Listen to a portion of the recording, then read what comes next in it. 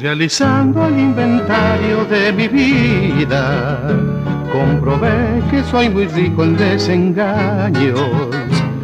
De ganancias tuve cientos de mentiras y los gastos tras quimeras muchos años. Deudas tengo con la ingrata por la dicha que sembrará cual simiente en nuestro hogar. También ella tiene deudas pues desdichas, es el fruto que dejó por cosechar.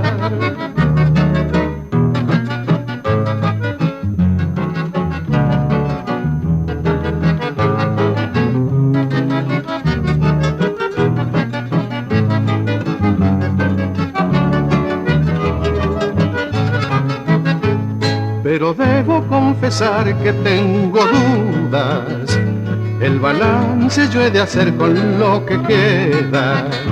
Y si el saldo que resulte es amargura, legaré a quien yo sé cuando me muera.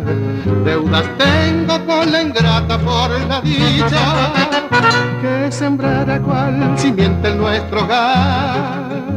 También ella tiene deudas pues desdichas, es el fruto que dejó